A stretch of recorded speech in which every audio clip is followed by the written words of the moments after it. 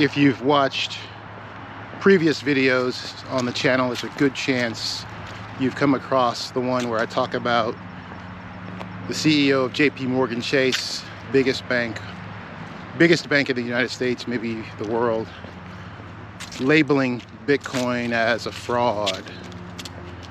And at the same time, it was discovered that his teams were in the UK participating in a Bitcoin and blockchain conference.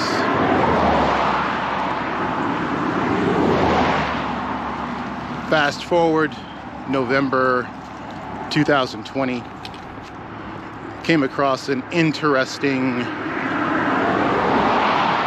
article. However, I came across it in a tweet, and I'll try to remember to overlay it here. Interesting tweet highlighting an article that points out the fact that the market capitalization for Bitcoin now exceeds the valuation of JP Chase, that same bank.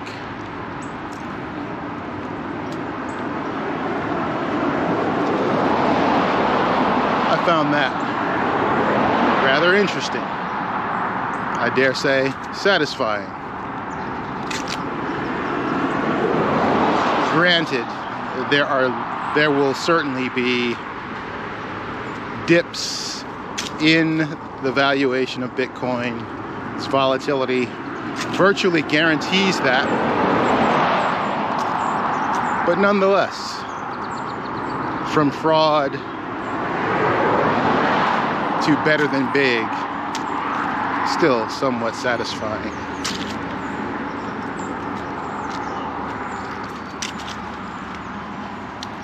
It's one of those examples, one of those lessons that teaches us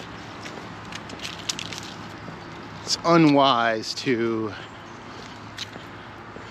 summarily just wipe away or turn a blind eye to opportunity. You never know when a chance can turn into a life-changing, positive, life-changing event. With that in mind, I think about other projects in cryptocurrency. I think about EOS in particular. Certainly seemingly a great idea, great concept. It's got a functioning mainnet.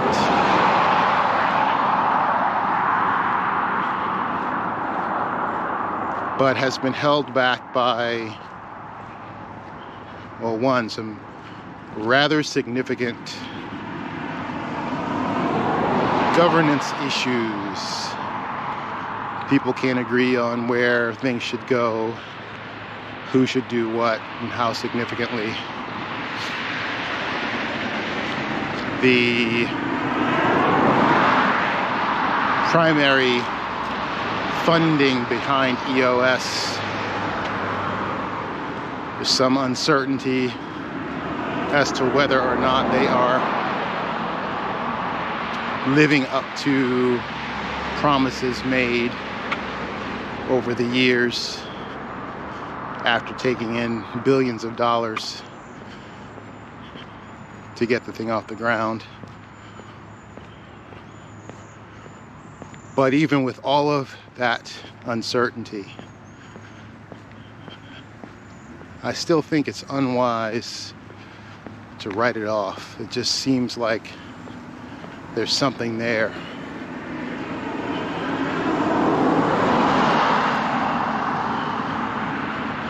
Fastest blockchain in the world, allegedly. However,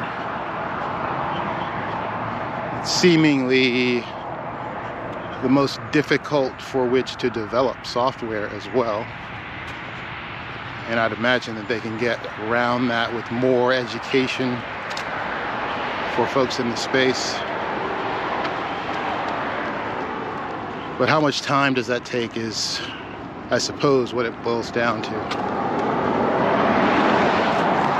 We'll see.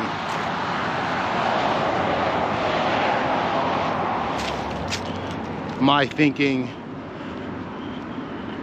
from an investment standpoint, speculative standpoint for EOS, so I wouldn't sell any of my current holdings to acquire EOS. I wouldn't sell directly to acquire EOS, but what I would do, ironically enough, is take advantage of some of the capability on Ethereum to use my holdings as leverage to then get the funding to support an EOS investment. I'm thinking that is the way.